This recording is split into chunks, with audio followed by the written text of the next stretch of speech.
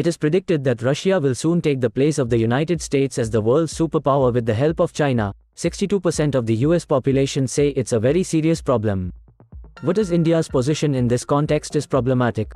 A few things should be seen regarding the friendly appreciation of India on both sides. Is India supporting the United States of America, Russia's ally? With the emergence of the Cold War in the 1950s, newly independent India became a founder of the non-aligned movement, countries that sided neither with Washington nor with Moscow. Today, Prime Minister Narendra Modi has advanced an inverted version of the policy, picking and choosing relationships in either camp that he believes best suit India's own interest. Most significantly, the South Asian country is acquiring inexpensive Russian crude oil and military equipment while strengthening security ties with the US. In light of their own growing distance from one another over the conflict in Ukraine, the question is how long it can remain close to both sides. The dance has grown more delicate as India chairs the group of 20 countries this year.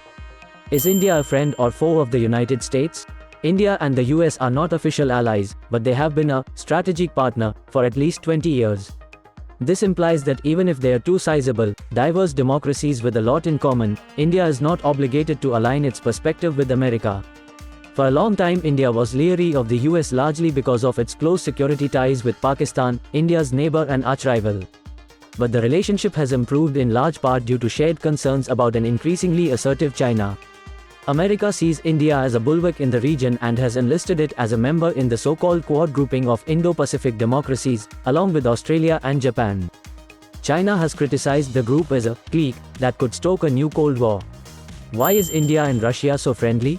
India moved closer to Moscow's sphere of influence during the Cold War, despite its declared non-alignment.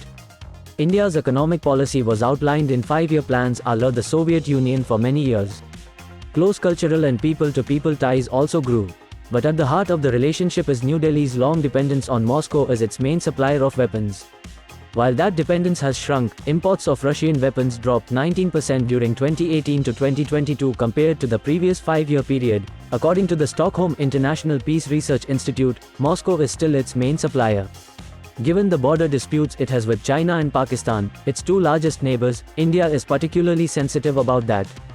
Since the invasion of Ukraine, India, the third largest crude importer in the world, has also been consuming cheap Russian oil, a transaction that is advantageous to all parties. Has the war in Ukraine changed anything? India has stood out among major democracies for its reluctance to criticize Russian President Vladimir Putin, and has held off from efforts by the US, Europe and their allies to isolate Russia globally. Many in India place greater blame on the North Atlantic Treaty Organization and Washington for Russia's invasion of Ukraine than on Putin, according to a survey by Morning Consult, a US-based business intelligence company. Modi is conscious of walking a fine line, however. New Delhi has abstained from United Nations votes condemning the war, while saying at global forums that the conflict needs to end because it's hurting developing countries economically by disrupting supply chains and driving up commodity prices. Modi skipped his annual, bilateral summit with Putin last year after the Russian leader threatened to use nuclear weapons in Ukraine. But India may be put on the spot as host of the G20 summit in September if Putin were to show up. India is also concerned about more direct impacts of Putin's aggression. Supplies of Russian military spare parts for customers like India are drying up, according to Army Chief Manoj Pandey. What response did the US give? India's ties to Moscow don't appear to have come at a big political expense in Washington. This is at least partially because of the nation that is expected to overtake China as the most populous nation in the world this year, and its increasing economic and political power. I give a few instances. In 2016, President Barack Obama elevated India to the position of major defense partner, a special designation commensurate with the closest allies and partners of the United States. However, there were no consequences when India began receiving Russia's S-400 missile defense system in 2021 as part of a $5 billion arms contract. Turkey's comparable acquisition led to the US excluding its fellow NATO member from the US F-35 fighter jet program.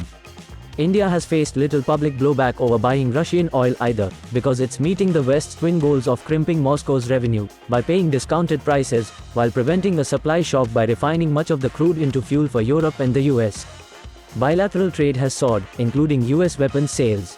The US and India laid out a plan this year to share more advanced defense and computing technologies.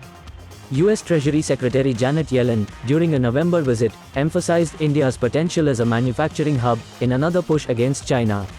Long before all of that, in 2008, despite India's possession of nuclear weapons and non-signatory status to the Nuclear Non-Proliferation Treaty, the US overturned the 3-decade prohibition on civil nuclear trade with that nation. What influences and where is India's foreign policy going? Whereas the newly independent India sought to remove itself from major power blocs, the assertive nation under Modi is looking for alliances that serve its own interests. New Delhi sees itself both as a power broker in big geopolitical rivalries, having influence with Putin as well as the West, and a champion for the voice of the global South. Modi's welcome at the White House and in Europe despite his government's spotty human rights record, especially with regard to treatment of the country's minority Muslim population, and a crackdown on media freedom,